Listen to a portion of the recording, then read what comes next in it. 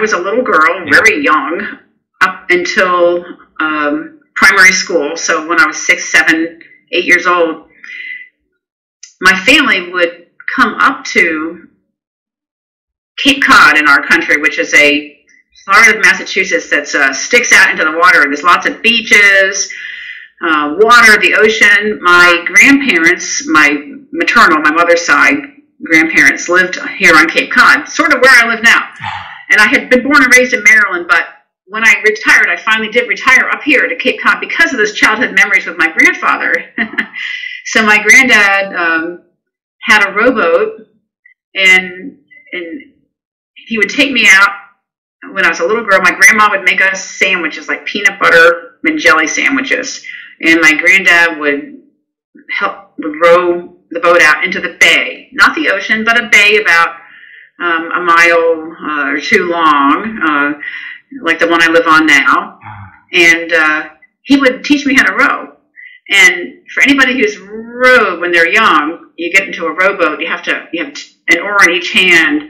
And when you're really little, first of all, the oars are heavy. Second of all, one oar always hits the water before the other, and then your boat goes the wrong way, and you just like wonder, am I ever going to get this little rowboat to go in a straight line? Because there's so many things that I'm just, I can't do this. And so my granddad would show me how to balance the oars and how to get my timing down and be patient. And he was very calm, cool, and collected. So he was a wise man. My granddad was a really wise man, which is interesting to say because he didn't have global travel experience or anything, but he was older, and I really think there's something to do with wisdom that you just don't have as a young person. There is wisdom, it takes time, over a lifetime. So my granddad was a wise man in his own way. And wisdom isn't something you can just put in a jar and sell. My granddad had his own form of wisdom, and that was knowing how to teach a young girl, how to pass it on to a young girl to help her have an experience on the water where I could eventually dominate those oars and I could row. And then once we rowed out into the middle of the bay, we could eat our sandwich. I could dive down and swim and find clams and have a great time. And it was all because I learned how to row out into the water and to do something hard and get there and then have the experience, the fun of being there. But yeah, my granddad taught me that. He taught me the perseverance, that there's a reward once you learn something. He taught me to love the water because otherwise I wouldn't have had a connection with the water and wouldn't have thought about the Naval Academy, the Coast Guard Academy. And that little experience as a girl that my grandfather gave me set the course for my entire life. So what I would say is, for anybody out there who's watching right now, there's somebody in your life who's younger than you, who's more inexperienced than you, who's less capable than you, that you can guide and mentor and pass on your wisdom. You might not have a whole lot of wisdom, but you have got more than they do in different ways. So I would challenge people to find a way to pass on something to somebody else who needs it, either at work or at home, a young little girl like me or an older person that needs some encouragement. So there's all kinds of ways you can pass your wisdom along, and you never know what kind of an impact it's going to make. And my granddad taking me out on the ocean, on the water when I was young, set the course for my entire rest of my life. And he would never know that he had made that impact on me because he ended up dying before I graduated from the Coast Guard Academy. So he never knew the impact he made. And so that's another thing about this delayed gratification. A lot of the things you do today, you're not going to ever see the benefits from, but you have to look inward and do what's right, do the right thing, and understand that a lot of what you're doing is planting seeds for the future. And that's what it's all about, is giving back the wisdom. And it doesn't mean you have to reap benefits from it. You need to learn to be selfless, and that's where that self-reflection comes in. My time in the pool, the time I've spent on sailboats, reflecting back on who I am. And then at this older age of life, that's why I wrote the book, is to give back the leadership lessons and maybe some of the wisdom that I garnered during this 40 years serving in uniform.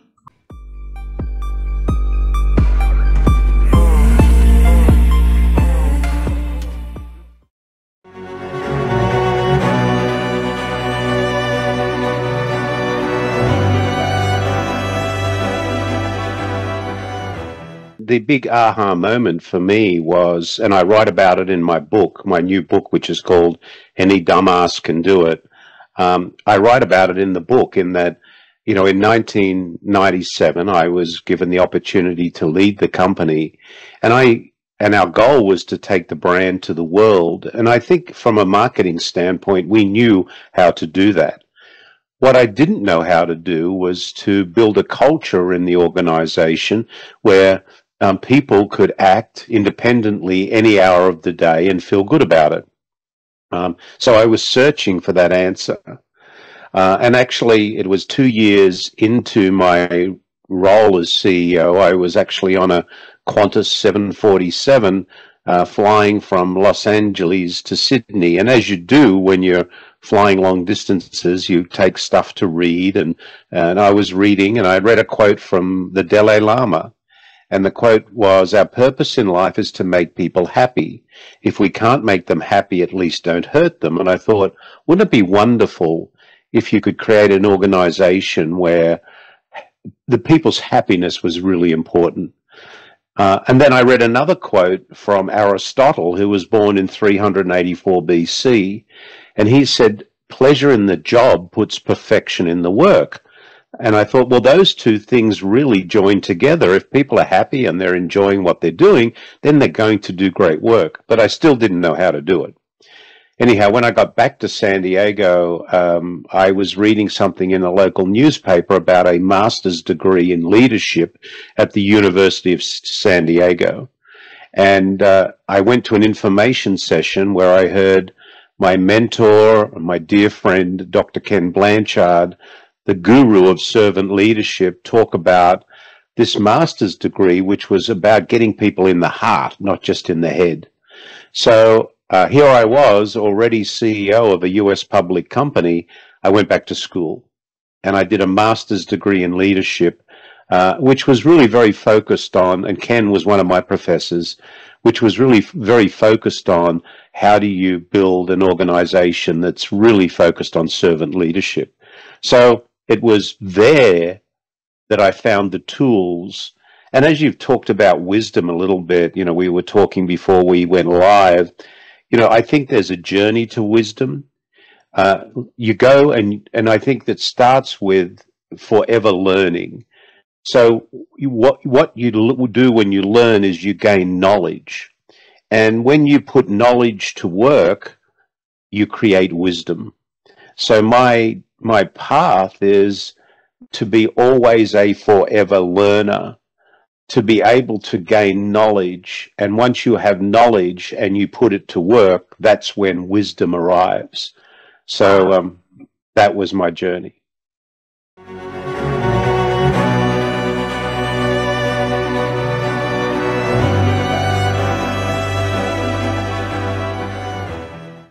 It's never been my intention to create a trend. Oh. That was never the intention. That's maybe the luck part. And I don't know if it's even a skill, because, I've been paying attention to the success rhetoric, right? And I always heard you have to have a vision for what you want to be, for what you want to do. I mean, even Oprah says that. But I got to tell you, I could never have envisioned what I've been able to do. Like, I didn't even have a context for it. So how could I have envisioned it? So I think that advice, it's not that it's wrong, it's just that it's not the only way. I think if you can envision something, great, go for it. But I never could. So my only option was really to just keep moving toward the heat. Like, if I would see something and I would be like, oh, wow, that is interesting. Let's go check that out. Let's go check that out. And then, and I would get there and I would see everything and I'd be like, oh, what's the next? Oh, okay, look at that. Okay, that's interesting. Let's move toward that.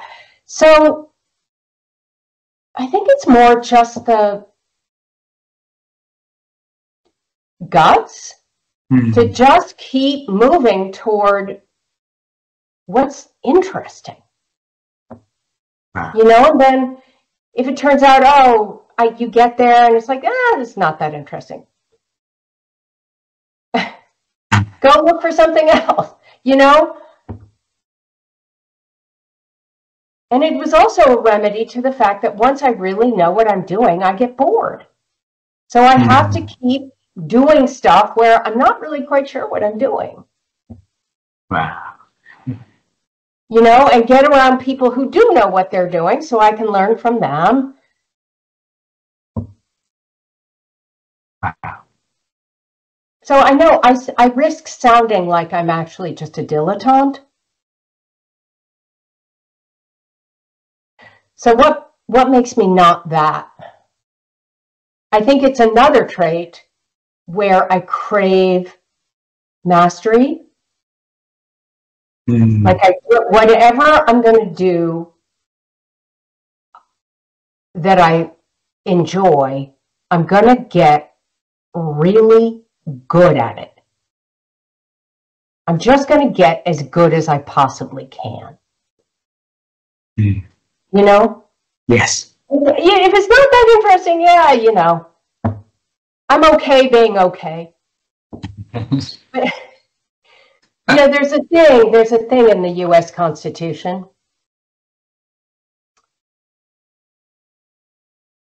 that talks about the pursuit of happiness. I don't expect you to be familiar with it. You know, why would you? Well, you spent some time in the U.S., so you probably heard it, right? Yes. And it struck me when I was studying neuroscience that not everyone, but many people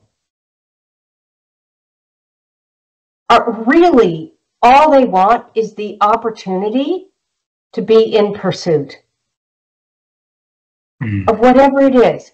And I feel like we've over-indexed, Americans have over-indexed on the word happiness.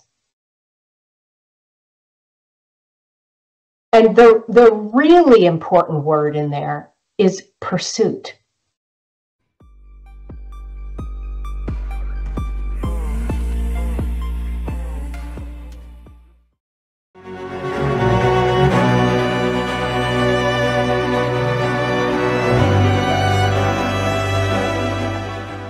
I think for all of us, one of the most important things to do is to identify what life is about. What is our meaning? What is our purpose? And I've written a short piece on this, and I'll send you the link on LinkedIn when I post it. But I talk about, for all of us, it is about finding purpose and meaning. For each of us, that will be different. But ultimately, every philosophy, every creed, every religion has at its core a true value for human relationships. Life is about loving and being loved. And I think that that's a very important part of our reasons for living. And I think another part is to do whatever we do with purpose, to identify our purpose, how we can impact positively on others, because I don't believe it's having things that makes people truly happy. I think it's doing things. So if we are committed to live the best life that we can live and to saying, how do I make the best of this? Well, then I think that will start to happen.